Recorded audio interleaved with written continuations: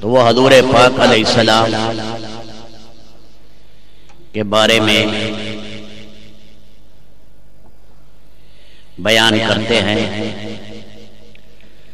انہوں نے اپنے بھانجے حضرت حسن حسین کو یہ چیزیں بیان کی تو ارادہ ہوا کہ ساتھیوں کے سامنے وہ رکھی جائے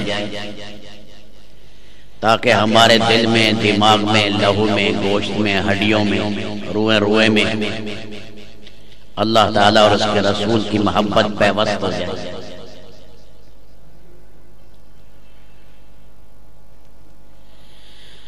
تو انہوں نے رسول پاک علیہ السلام کا پہلا جو وصف بیان کیا، کان رسول اللہ صلی اللہ علیہ وسلم فخما مفخما،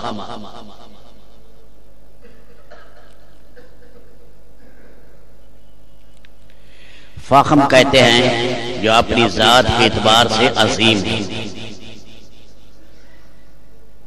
اللہ نے اسے عظیم بنایا، اور مفخم کہتے ہیں کہ دنیا بھی اور لوگوں کے ہاں بھی وہ عظیم ہے۔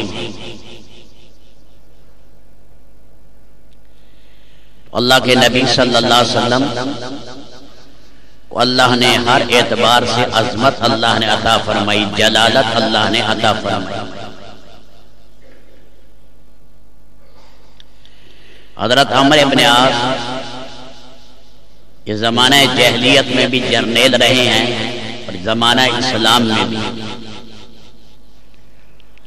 یہ فرماتے ہیں مسلمان ہونے کے بعد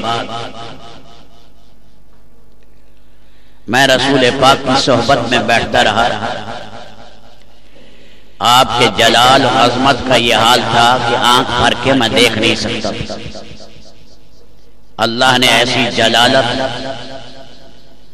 اور عظمت اللہ نے اپنے حبیب کو عطا فرمائی۔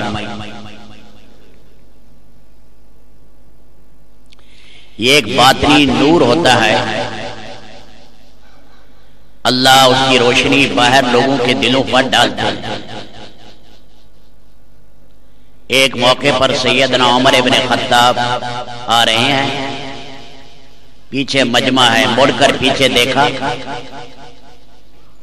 تو جو ہی مڑے لوگوں پر روب پڑا تو گھٹنوں کے بل لوگ گر گئے۔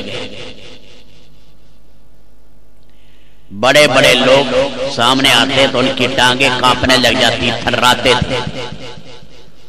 وہ یہ نہیں ہے کہ ڈنڈا لے کر بیٹھے ہیں، یہ اپنا روب جما رہے ہیں۔ فطرتی اللہ تعالیٰ نے اپنے حبیب صلی اللہ علیہ وسلم کو یہ روب دیا تھا، اس لیے بعض اوقات قاصد آتے اور کانپنے لگ جاتے، آپ انہیں تسلی دیتے، حوّن علیک نفسک، حوصلہ رکھو، آرام سے، گھبراؤ نہیں، کیا بات ہے، میں قریش کی اس جفاکش عورت کا بیٹا ہوں کہ میری ماں سادہ زندگی گزارتی۔ حضرت آمنہ کے بارے میں فرمانے لگے،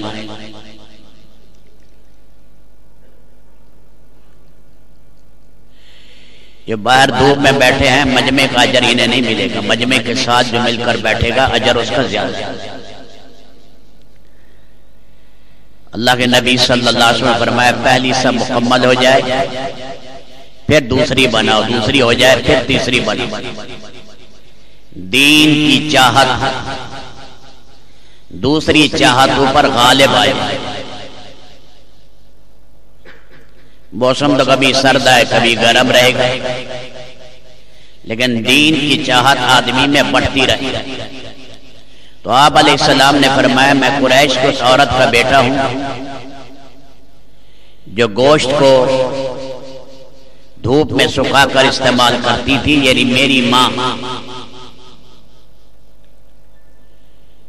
سادہ زندگی گزارتی تھی، کھانا پینا سادہ تھا۔ گھبراؤ نہیں، میں کوئی بادشاہ نہیں، اللہ کا نبی ہوں۔ نبی تو شفیق ہوتا ہے امت پر، باپ اور ماں سے زیادہ مہربان ہوتا ہے۔ دوسرا وصف فرمایا